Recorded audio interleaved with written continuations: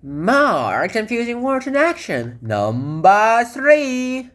Here are the set of words for today. Try, unique, various, varying, all the way to your and your. Huh. I can't snap my fingers yet.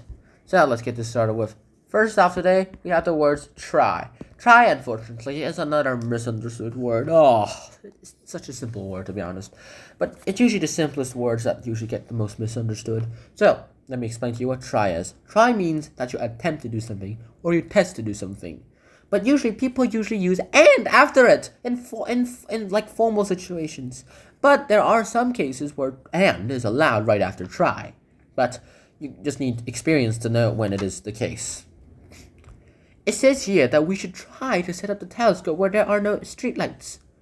This is a very dark spot. I can't see a thing. Let's try and find the moon first.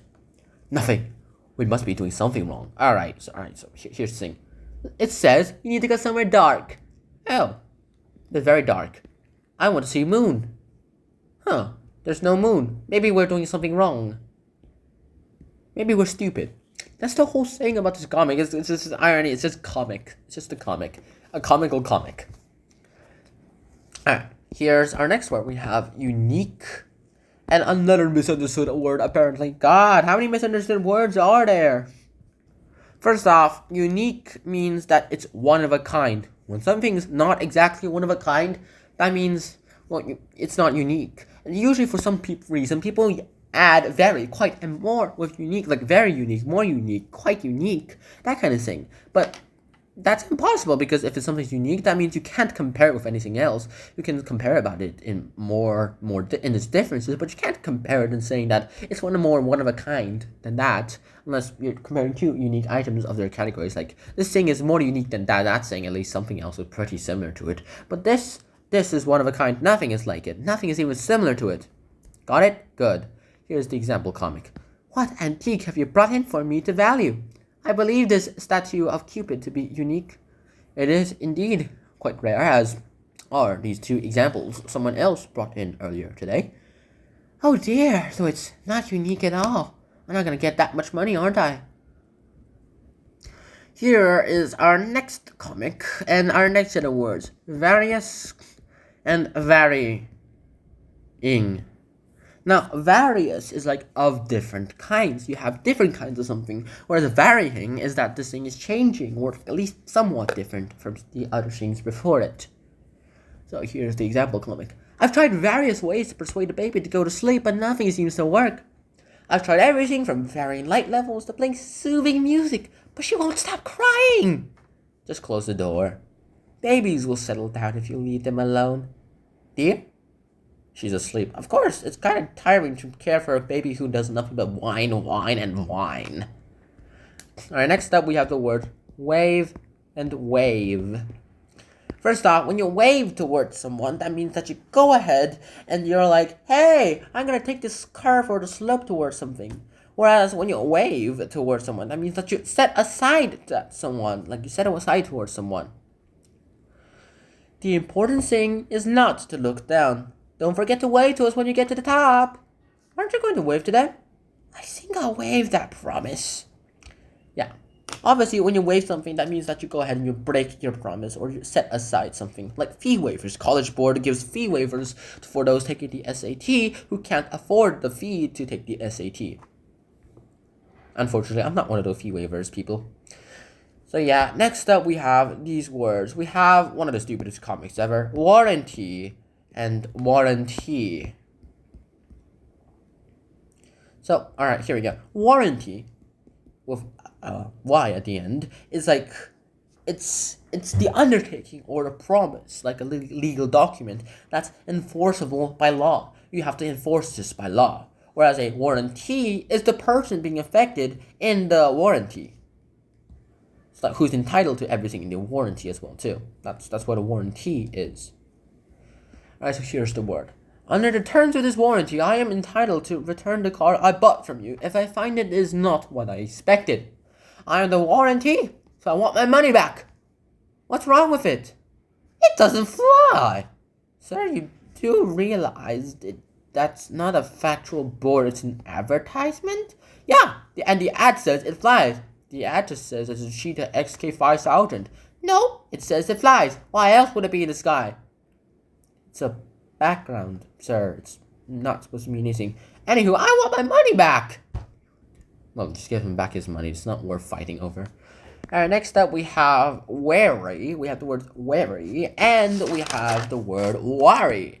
So when you're wary about someone, like WARY, that means that you're tired, or that means you're alert or you're cautious. You're very alert and you're cautious, and you look behind you. When you add an E in between the W and the A into wary, that means that you go ahead and you're feeling tired and you're feeling very exhausted. Like sometimes I feel wary after a long day because I work overtime. Time to go home. It's been a long, hot day. We better check that all the cages are secure. It's easy to make mistakes when you're feeling wary.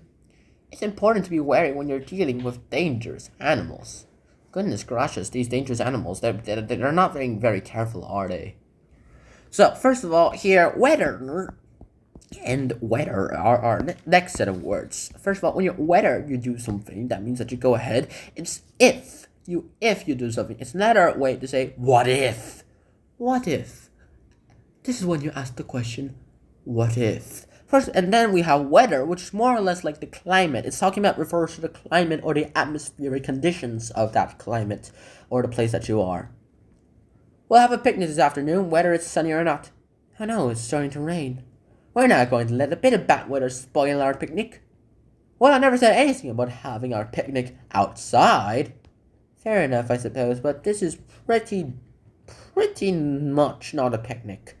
But I suppose whatever they say, it's going to work out. And I really hope they enjoy themselves on their picnic.